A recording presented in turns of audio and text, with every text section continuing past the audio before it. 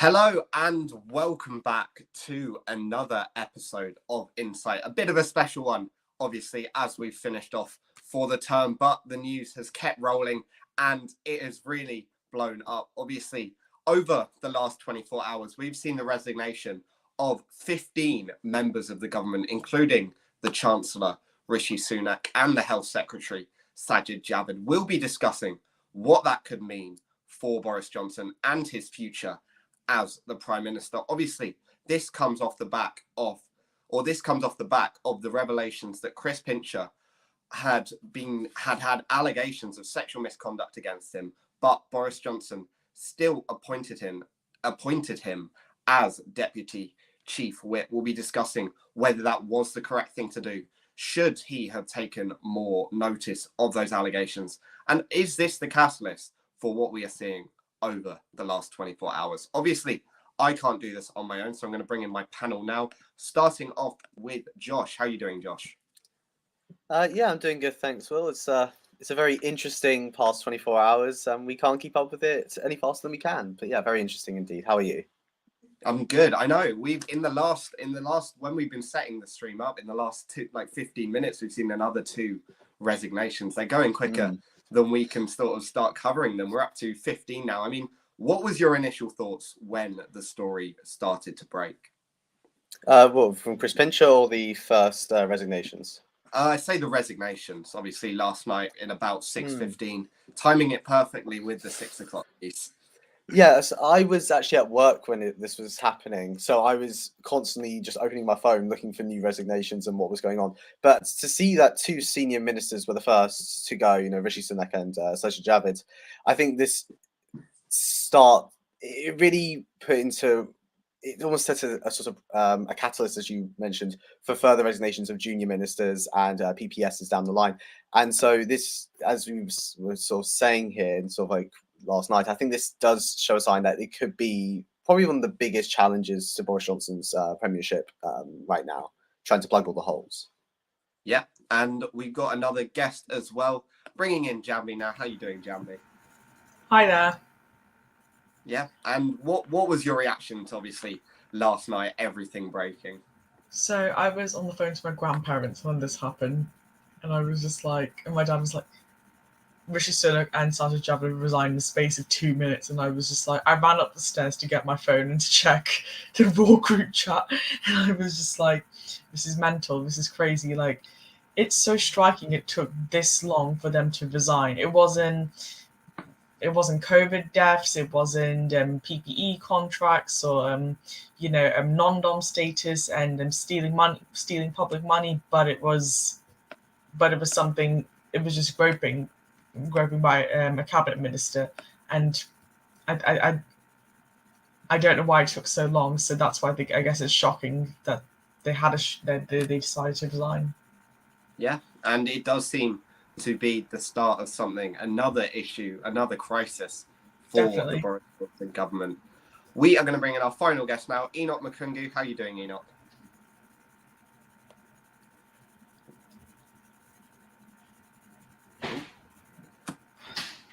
Oh, it seems like we're losing Enoch at the moment, but obviously we will bring him in when he arrives back, which I'm sure he'll be back soon. So obviously, Josh, this has all come from the Chris Pincher allegations. So allegations that surfaced that Chris Pincher, the former Deputy Chief Whip, was appointed despite having allegations of misconduct against him. What do you think that Boris Johnson should have paid more attention to these allegations, obviously, when he decided to appoint Chris Pincher to the role? Yes, I think when we're talking about this is obviously very serious sexual misconduct allegations. Obviously, we had an urgent question asked yesterday by Angela Rayner, and Ben, if I got it right, yes, Michael Ellis did give his response, which was to the effect of that it was raised to him, and he saw that it was, if he was given it in further detail, the idea that they sort of put forward as they acted with full probity, and that it was an allegation which had been settled. Now, this, when we're talking about this with Boris Johnson, understanding that, especially with what we're looking at now, we've been talking, especially in the past few months, about the issues of conduct within the Palace of Westminster, the House of Commons, and the boozy culture, and also the general high sexual misconduct culture that has been present in our centre of politics for a while now. And so when we're talking about this, I think Boris should have taken these allegations a lot more seriously and should have acted with more, I would say, more integrity, and seen that these allegations would have hurt down the line, and they hurt Pincher's position as well. So it's quite confusing for me that Boris Johnson even went ahead with this appointment, even if Pincher had been previously appointed to different positions in the cabinet previously. Yeah, and obviously that was the big thing. It was all about how the allegations had allegedly been settled. That was the justification that ministers were using when discussing his appointment. I mean, Jambi, do you think that that was a good enough excuse? Do you think that maybe the Prime Minister should have been more careful when appointing him and waited a bit longer to see whether there would be more allegations, or whether the allegations that were allegedly proven untrue could eventually, or would there further information would have proven them true? So regarding the allegations, I think immediately when there was an allegation present before appointing Chris Pincher to the cabinet, I think that's where it should have been completely reconsidered. And I think that kind of behavior is unacceptable as it is, and disgusting as it is. It's really not someone you want in your government. And I think Boris Johnson really failed and really underestimated the brevity of the claims. Yeah, and obviously Enoch, and we'll bring in Enoch now. This has opened up a can of worms about the culture of sexual harassment and sexual misconduct in Westminster. Do you think that there is a big issue here, that someone that with allegations can still be appointed as Deputy Chief Whip? And does it go further than that into maybe all of Whitehall and the Palace of Westminster? Yeah, I mean, we need to just break down exactly what happened here. It wasn't just he had allegations; it was a full-fledged investigation, by the department he was working in.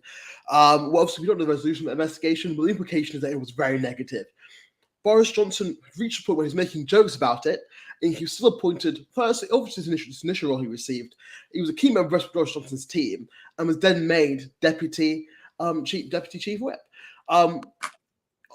On the face of it, even if there was no wider issue, just the fact that we have a system. I mean, even if we don't want the wider issues. Firstly, just the fact that Boris Johnson is the kind of person who can laugh off a sexual harassment, investigation, and give that person up a job. It's shocking, personally shocking.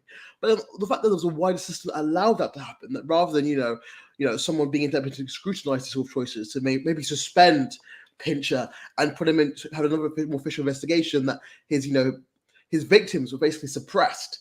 There's obviously a deeper issue. It seems like at no stage in Westminster, in Whitehall, has anyone at all, takes sexual harassment seriously. Yeah, and obviously that may have been part of the reason that we saw such a spate of resignations over the last 24 hours. I will run you through quickly what are the 15 resignations. Obviously, from the cabinet, we have had the Chancellor, Rishi Sunak, arguably the second most powerful man in the government, resigning, as well as the Health Secretary, Sajid Javid. We've had from General Ministers, we've had Will Quince, the Education Minister, Alex Chalk, Solicitor General, Robin Walker, another Education Minister, and John Glenn, a Treasury Minister, resigning.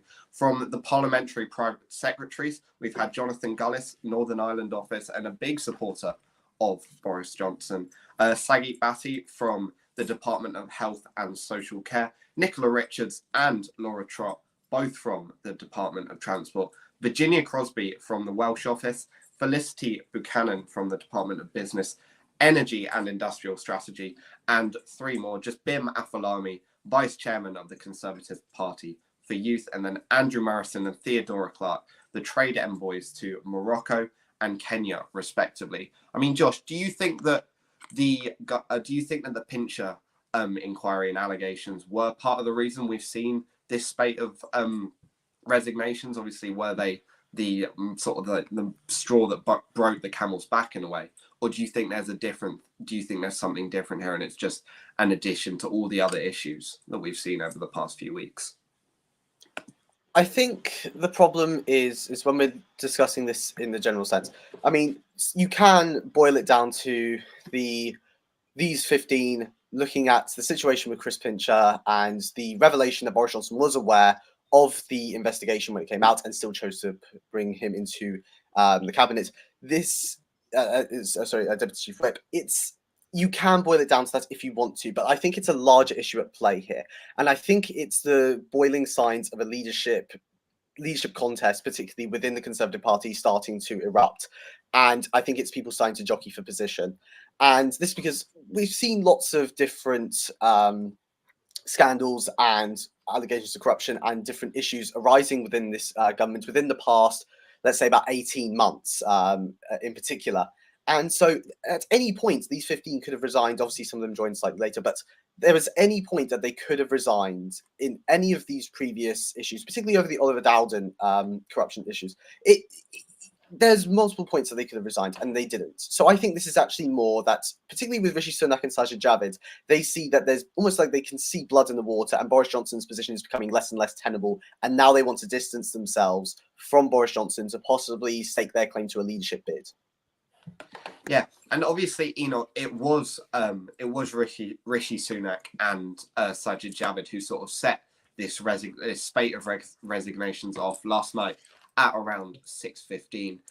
How important do you think it will be for Boris Johnson's future now that he has lost his Chancellor and Health Secretary? Obviously, the Chancellor traditionally a very important role, and Health Secretary probably been elevated over the last few years due to the pandemic. I mean, yeah, I think when we lost Health Secretary, I thought that was a big moment. The main thing about Boris Johnson's Conservative Party right now, I mean, something people are saying after the last confidence vote, is just how many people he has on the government payroll. Boris Johnson, he's stuffed basically practically half the Conservative Party in there, and so losing anyone is very dangerous for him. Particularly someone who's a big beast in the party. I mean, losing Sajid Javid means he lost someone with tremendous influence. Only compounding that, and with less than 10 minutes later, when he lost Rishi Sunak, Rishi Sunak, who won a lot of credibility with the more austerity-focused Conservatives, who seem to have no ideological plan to help sort of unite the Conservative Party, and now means that there's someone who looks like a real leadership candidate amongst the backbenchers again. No offense to Jeremy Hunt, who I'm sure is greatly insulted that I've said that about someone else on this radio, not this live stream. I think it seriously damages him because what it shows now is this increasing faction of people who no longer see any value in being in Boris Johnson's government. Because previously the calculation was there's more value in being in government, taking the hits, but getting that on my resume and saying I'm out there doing this. Than there is there's loss in defending Boris Johnson. That calculation out the window now. Rishi Sunak has gone, you know what, there's no more value of being in this government. If I want to run for leadership, I've got to get out of here. Yeah, and obviously, Jambi, we've seen this has come after the recent vote of no confidence in Boris Johnson leadership, where at least 41% of Tory MPs have said they had no confidence in Boris Johnson. That's a big number, isn't it? Because obviously, he has to replace these positions. Now we've seen the chancellorship has been filled by Nadine Zahawi. The health secretary role has been filled by Stephen Barclay. But it's the PPSs, it's the branches further down the tree that he could have trouble filling. No, I definitely agree. I think if you are losing your cabinet members, and then on top of that, you're losing ministers, then you're losing parliamentary private secretaries. The key question is what is left in the Tory party that is going to support Boris Johnson? Like, where is his backbone of support from his party? It seems that the party really is, as a whole, is now unfit to govern, given the spate of resignations that were triggered last night across all positions of parliament. Yes, and Josh, obviously, now we've seen this, we have seen that Boris Johnson, is his position secure? Obviously, he's lost two of his most important senior cabinet ministers. He's lost a number of ministers. He's lost a number of parliamentary private secretaries. And it doesn't seem like the resignations are going to stop. As we were saying before, in the last 20 minutes, half an hour, he lost another 2 roles in government. Do you see a future for Boris Johnson much further now? One thing that I will say on this is Boris Johnson has only boldness left on his side. This is a government that has been heavily criticised now for multiple high-level scandals involving the inner workings of the Conservative Party, as well as the general action of the Conservative government in these past few years. And the no confidence vote, and as you said, 41% of Conservative MPs voting no confidence in the Prime Minister, it shows that this party is now heavily fractured, and with the multiple resignations, this is a dangerously unstable government now, with people leaving left, right and centre, and Boris Johnson furiously trying to plug the holes wherever he can. And the ship is sinking and leaking.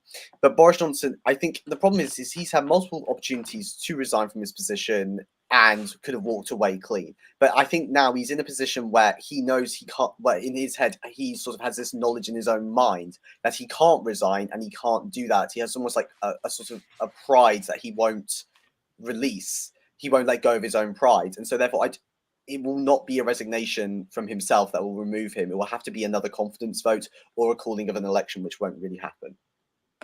Yeah, and Enoch, Josh mentions there another confidence vote. Obviously, currently Tory party rules say that he can't, or Boris Johnson can't be given another confidence vote within a year. Obviously, there are elections coming up for the 1922 committee, and some MPs running on the platform that they will change the rules and make Boris Johnson face another confidence vote within a year. We've seen, in addition to the 15 resignations from the government, a number of Tory MPs withdrawing their support for Boris Johnson, and we would assume that they would have voted for confidence in that confidence vote and that they will vote no confidence in the next one.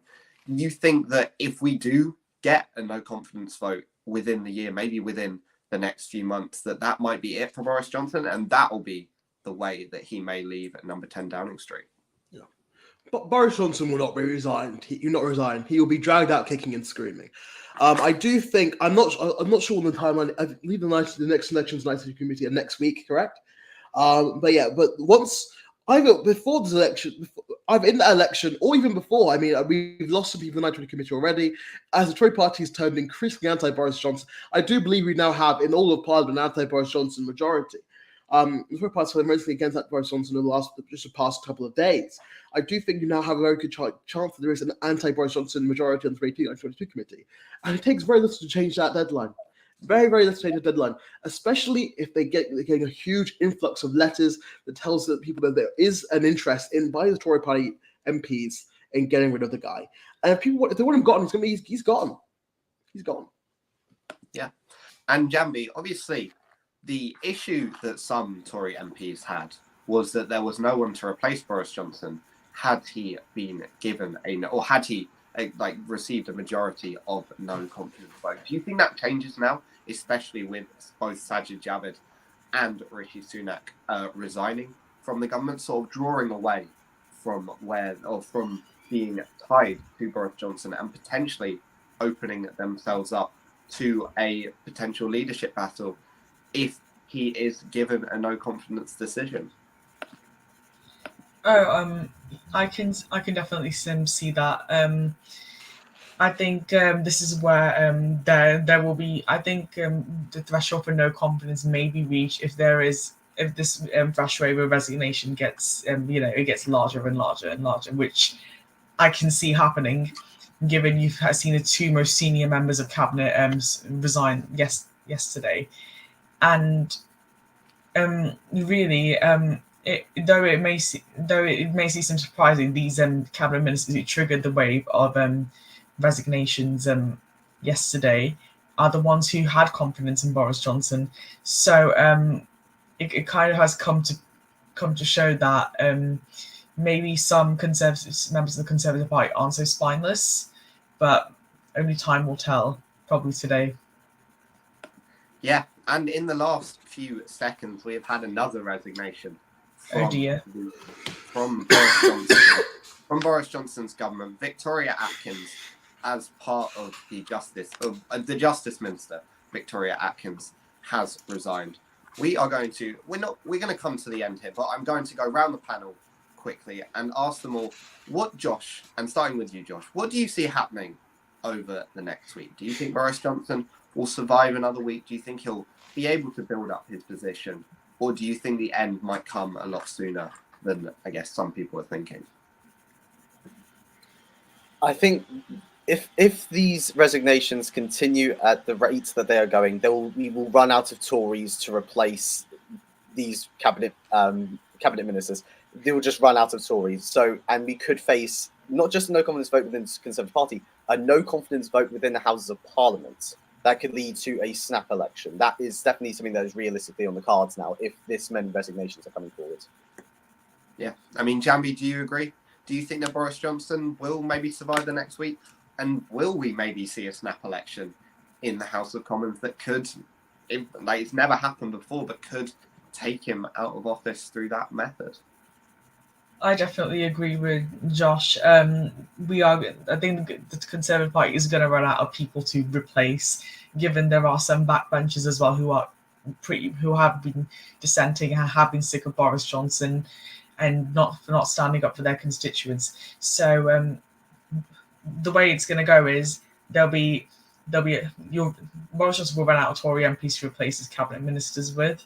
There might be in some cases there may be some cabinet posts unfilled, or you might see some back Boris supporters in the Tory party having more than one cabinet position, and then from that point onwards, I can see a vote of no confidence happening in Parliament. Yeah, and unfortunately we have just lost Enoch there. So that is going to bring the end to this very special episode of Insight. Do any of my guests have any final words, Josh, Jambi, anything else that you want to say? No, doesn't look like it. We will be keeping up to date with, obviously, what is happening throughout the day. We have PMQs in just 15 minutes, so I'd encourage everyone to tune into that. We will be keeping up to date on our Twitter account at Raw News Warwick, keeping you up to date with all the resignations, with what is going on with MPs, maybe even withdrawing their support for Boris Johnson. Actually, Enoch is just back here quickly, so I will ask him the question as well. I don't even like to. I've done over a year of live streams. This may be the worst live stream tech-wise that I've ever had. I got a new laptop and everything, and it's let me down. I can't believe. Don't buy from home. It's an official anti-endorsement. Also, question again. So, what do you see happening to Boris Johnson? And I guess maybe if you think he's going to end up leaving office, I guess how do you think that will happen? Badly for everyone involved. It'll be very miserable, very embarrassing. I can't wait to watch it happen. But I don't see a situation. As they said, all political careers eventually end in failure. Boris Johnson has a career been ending in failure for over a year now, almost. So I think we're due an actual ending sometime soon. I think sometime very soon. Yeah. So as I was saying, that will leave us there. We will be keeping up to date with all of the goings on, with all of the resignations, because it seems they are not letting up at the moment. But this has been Raw News. I've been your host, Will Kingswood, and thank you for watching.